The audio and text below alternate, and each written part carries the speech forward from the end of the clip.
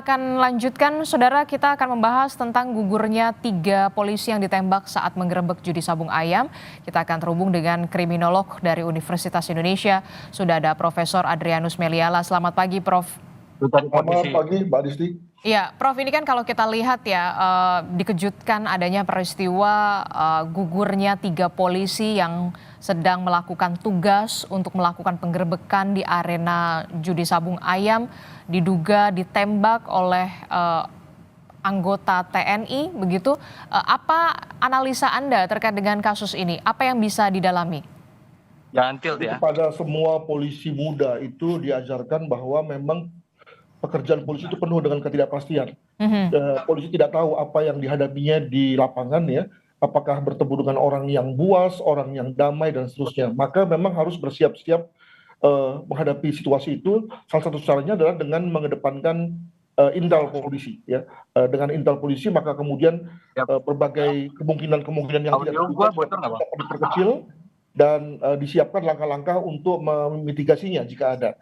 Nah, kelihatannya bahwa pada saat kasus ini itu intelijen tidak dikedepankan atau bahkan mungkin juga sudah dikedepankan pada saat-saat yang lalu ya, sehingga kemudian lalu diputuskan pada saat yang kali ini diadakan operasi raid ya, penyergapan ya dengan jumlah anggota besar. Dan kalau melihat dari foto korban yang meninggal itu, mereka sudah menggunakan body vest ya, artinya sudah bersiap dengan kemungkinan adanya semacam perlawanan dari orang yang hendak diamankan itu ya, mungkin menghadapi ada tembakan dan seterusnya. Namun kelihatannya bahwa serangan atau balasan yang dihadapi itu jauh daripada yang diperkirakan gitu ya, sehingga kemudian lalu terjadi ada 3 anggota yang gugur. Begitu mungkin analisa awalnya. Jadi sebenarnya sudah ada upaya memakai body vest begitu ya, dari pihak kepolisian yang ingin melakukan penggerebekan begitu.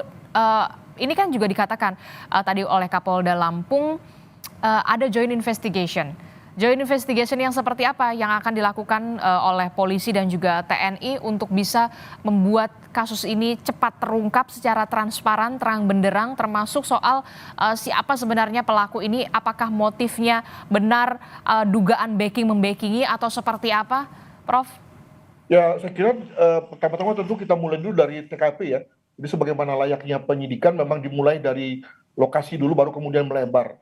Jadi kita mulai dulu dengan misalnya apa senjata yang dipakai untuk menembak itu. Saya melihat dari foto-fotonya itu semua terkena di kepala ya, tembakan yang akurat sekali gitu. Nah, apakah tembakan yang mengena kepala itu dilakukan oleh senjata api laras pendek dalam jarak dekat? Kalau misalnya itu dilakukan, maka artinya polisi sedang dalam posisi bengong gitu ya, terdiam sehingga kemudian lalu tidak bergerak dan kemudian lalu tembakan bisa dilakukan secara tepat. Apakah memang begitu?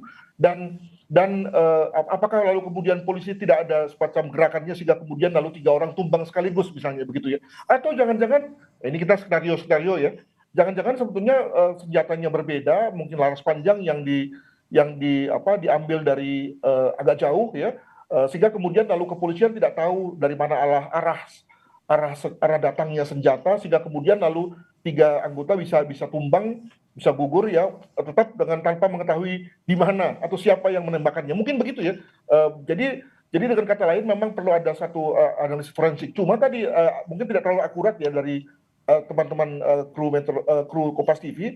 Sebaiknya memang ada ditemukan dulu senjatanya, baru kemudian diadakan pembandingan antara senjata tersebut dengan proyektil yang sudah masuk ke tubuh korban ya, sehingga lalu dapat dipastikan bahwa memang senjata itulah yang ditembakkan, sehingga kemudian pelurunya masuk ke dalam tubuh korban, sehingga kemudian lalu menjadi jelas bahwa itulah senjata yang mematikan itu, begitu.